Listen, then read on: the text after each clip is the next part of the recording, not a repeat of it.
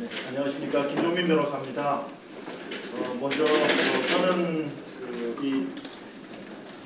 검찰 제도라든지 사법개혁 이런 쪽에 전문가는 아니고 개인적으로 좀 관심이 있어서 옛날에 공부를 좀 해본 적이 있고 또 프랑스에서 한 3년 정도 근무하고 했던 경험 때문에 그 프랑스 사례를 중심으로 저희들이 오늘 좀 말씀드리겠습니다. 이 검찰 제도라는 것은 우리나라뿐만 아니고 대륙법계 국가, 영미법계 국가 모두 존재합니다.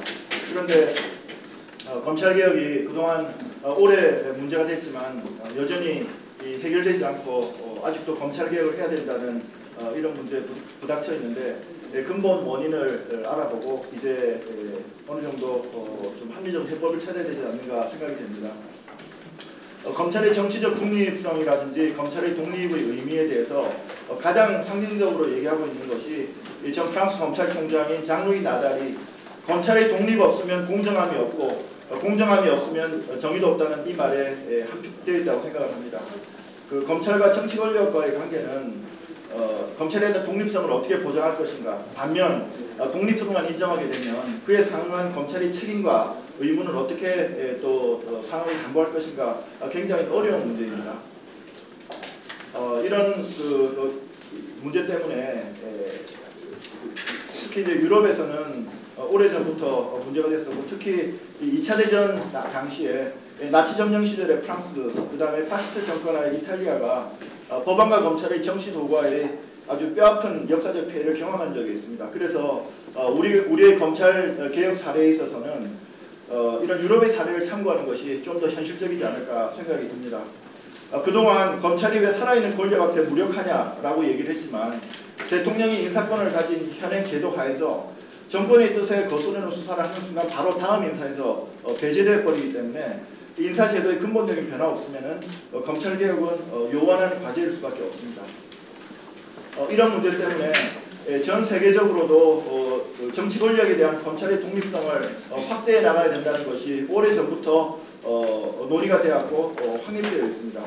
1981년도 UN 사법과 독립인권위원회에서도 권고가 있었고 특히 중요한 것은 유럽평의회 47개 회원국이 2000년 형사사법제도에서의 검찰의 역할이라는 권고를 했는데 오늘 제가 발제한 자료 말미에 그 자료를 붙여뒀습니다. 여기서도 민주국가의 검찰의 지도원칙이라는 차원에서 검찰의 독립의 중요성을 충분히 강조하고 있습니다.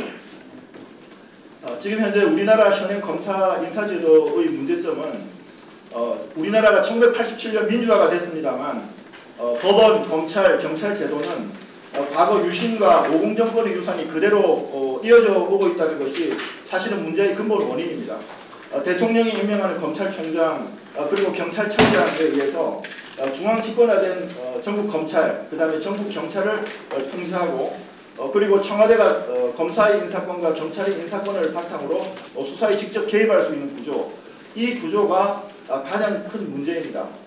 이로 인해서 정치 권력의 검사 인사 개입, 또 정치권의 검찰 수사 개입에 대한 별다른 견제 장치가 없게 되는 것입니다. 청와대가 사실상 승진과 보직까지 직접 관여하는 검사장 이상의 보직 인사는 물론이고 법무부나 대검, 서울중앙지검의 주요 보직 인사도 모두 정치적 영향하에 노출될 수밖에 없습니다. 과거 김대중 정부 시절에 박상천 법무부 장관이나 천정배 법무부 장관의 경우에는 당시 현직 여당 국회의원이었습니다.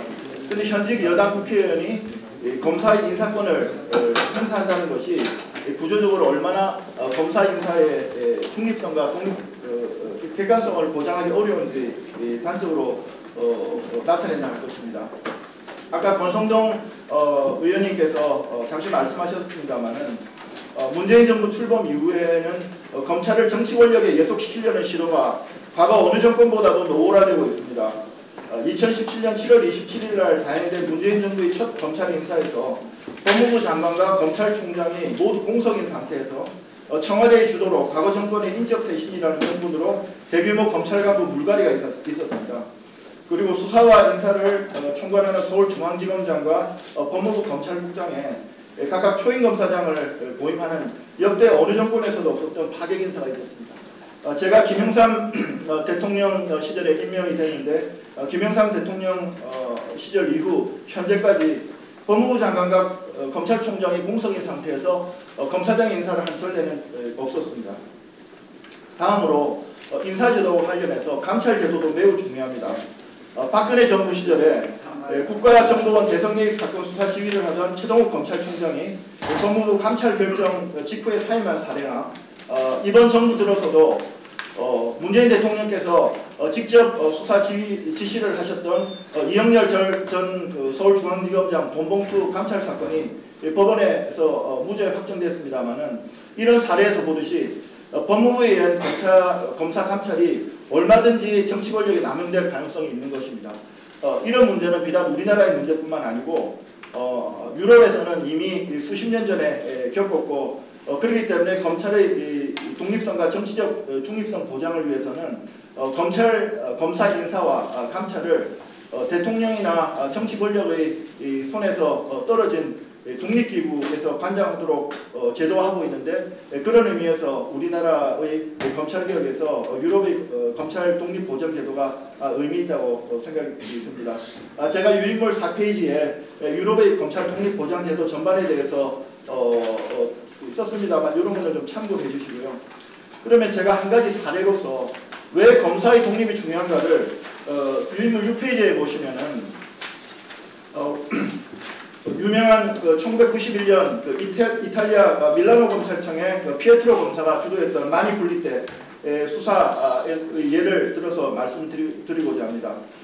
이탈리아는 파시스트 정권 하에서 검찰 정치 도구화의 경험을 했기 때문에 1948년 헌법을 개정해서 판사와 검사의 지위를 완전히 동등하게 사법관의 지위로 만들었습니다. 그리고 중요한 것은 이 법관 부동성의 원칙이라는 게 있는데요. 판사와 검사는 본인의 의사에 반해서 전보되거나 승진되지 않는다는 원칙입니다. 그런데 이 피에트로 검사의 마니 분리대 수사가 성공했던 비결은 바로 이 부동성의 원칙이 적용돼서 당시 정치권 부패를 수사를 했는데 인사 전보 조치를 못했습니다. 전보 조치를 못했기 때문에 이 검사들이 이 안정성을 가지고 독립성이 보장된 상태에서 이 사건 수사를 성공했던 것입니다. 이런 사례에서 보듯이 이 검사의 검찰의 독립성이 얼마나 중요한가를 알 수가 있습니다. 7페이지에 제가 프랑스의 검사 인사제도를 전반적으로 좀 설명드리겠습니다. 프랑스 검사 인사제도도 마찬가지로 1946년 2차 대전 끝나고 나서 헌법을 개정했는데 그때 2차 대전 당시에 검찰의 정치 도구화 문제를 근원적으로 해결하기 위해서 대통령이 검찰을 비롯한 사법권 독립의 보장자라고 헌법 제64조에 명시를 했고 헌법기구로 최고사법평의회를 신설했습니다. 조금 이따가 최고사법평의회 제도에 대해서 상세히 설명드리겠습니다만은 프랑스는 대통령이 검사에 대한 인사권이 없습니다. 검사장급 고위 인사는 총리가 관장하는 내각이 갖고 있습니다. 프랑스는 이원 집정부제이기 때문에 총리가 우리나라의 국무총리와는 권한이 틀립니다. 그래서 우리하고 좀 다르게 봐야 되는데요. 검사장급 이상의 고위직 인사는 총리가 관장하고 그 직급 이하는 법무부 장관의 권한입니다. 중요한 것은 최고사법평의회가 검사 인사에 관해서 권고적 의견을 제시한다는 것입니다. 8페이지에 보시면 최고사법평의회에 대해서 제가 좀 설명을 드렸는데요.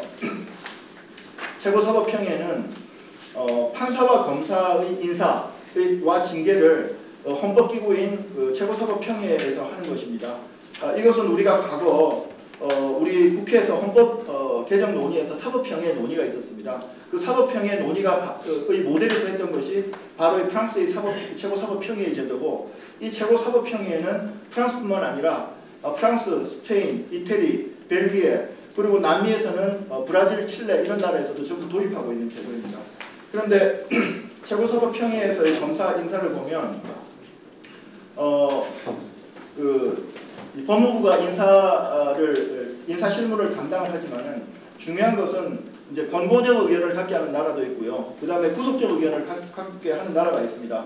구속적 의견을 갖도록 하는 나라는 이태리가 대표적이고 프랑스는 좀 절충해서 판사의 인사에 대해서는 최고사법평의회가 구속적 의견을 갖는 의견을 내지만 그 검사에 대해서는 권고적 의견을 냅니다. 그런데 권고적 의견을 내지만 최고사법평의회가 검사의 인사 자료 일체를 보관하고 있으면서 주요 보직 인사를 할 때 사전에 법무부 인사안을 가지고 그거에 대해서 의견을 냅니다. 그래서 적합 부적합 의견을 내는데 비록 그 권고적 효력밖에 없습니다만은 정치 권력의 독단적인 인사를 상당히 견제할 수 있다는 의미에서는 충분히 가치가 있다고 생각합니다. 다음으로는 이제 승진심사위원회가 또 별도로 있습니다. 승진심사위원회는 프랑스 승진심사위원회 1958년에 도입이 됐는데 이것도 마찬가지로 법무부와 독립된 인사기구로 되어 있고 위원회가 20명으로 구성되는 위원회도 독립성이 보장되어 있습니다. 마지막으로 이러한 제도에 비추어서 제가 앞으로 우리의 바람직한 검찰개혁 방안에 대해서 좀 말씀드리고자 합니다. 검찰개혁은 더 이상 미룰 수 없는 시대의 과제임에 틀림없습니다. 검찰은 부적절한 과거와 단절하고 책임과 사명을 다할 의무가 있습니다. 그런데 중요한 것은 성공적인 검찰개혁을 위해서는 검찰개혁의 강의성 못지않게 제대로 된 강론을 만드는 것이 중요합니다. 청와대가 발의하고 현재 국회에서 논의 중인 검경수사권 조정안이나 공수처 설치 법안은 그 상호 경제와 균형을 통해서 권력 남용을 방지하겠다는 또 표명을 하고 있지만은 문제점이 많고 논란의 근본 원인에 대한 해결책으로서는 부족한 점이 적지 않습니다. 근본적 원인은 우리가 과거 유신과 오공 정권의 권위주의 시대의 유산이 그대로 남아있는 검찰과 경찰 제도를 그대로 유지한 상태에서 이 개혁을 추진하고 있다는 것입니다. 우리나라의 검찰과 경찰은 선진국에서는 보기 힘든 중앙집권적인 조직과 권한을 갖고 있습니다. 대통령이 인사권을 통해서 중앙집권에 대한 검찰과 경찰을 직접 통제하고 수사에 실질적으로 관여할 수 있도록 한 제도가 문제의 핵심입니다. 검찰의 무소불위의 권력으로 비판을 받고 있지만은 경찰 역시 단일한 국가경찰체제로서 경찰청장에게 전국 경찰의 인사와 예산, 수사와 정보, 또 경비에 관한 권한이 집중되어 있습니다. 특히 경찰청 정보국을 중심으로 전국에 방대한 정보 조직을 운영하고 있는 경찰이 독자적인 수사권과 영장 청구권을 행사할 경우에 정보와 수사의 결합을 통해서 통제받지 않는 거대 권력이 될 가능성이 커집니다. 그래서 저는 결론적으로 우리나라 검경을 비롯한 권력구조 개편의 방향은 수사의 정치적 중립성과 공정성 시비를 근원적으로 차단할 수 있도록 중앙집권화된 검찰과 경찰의 조직과 권한을 분산하고 수사에 대한 효과적인 사법 통제가 이루어지도록 하며 정치 권력이 수사에 함부로 관여할 수 없도록 경찰과 경찰에 대한 대통령 인사권을 제한해서 독립성을 강화하는 것이어야 된다고 합니다. 검찰개혁의 최종 목표는 정권의 검찰을 국민의 검찰로 되돌려 주는 것이어야 됩니다. 그래서 저는 가칭 국가검찰위원회 같은 독립기구를 제안드리고 싶고 검경수사권 조정과 관련해서도 지금 수사권과 기소권의 분리를 말씀하고 있지만은 그 자체가 저는 문제가 있다고 봅니다. 왜냐하면 현재 공수처 법안까지 포함해서 검찰, 경찰, 공수처까지 수사하는 기관은 늘어나는데 그 수사하는 기관에 대한 사법 통제는 어떻게 할 것인가에 대한 논의가 전혀 없습니다. 그래서 수사권을 확대한다 그러면 그에 상응하게 사법 통제권도 확대해야 된다고 생각합니다.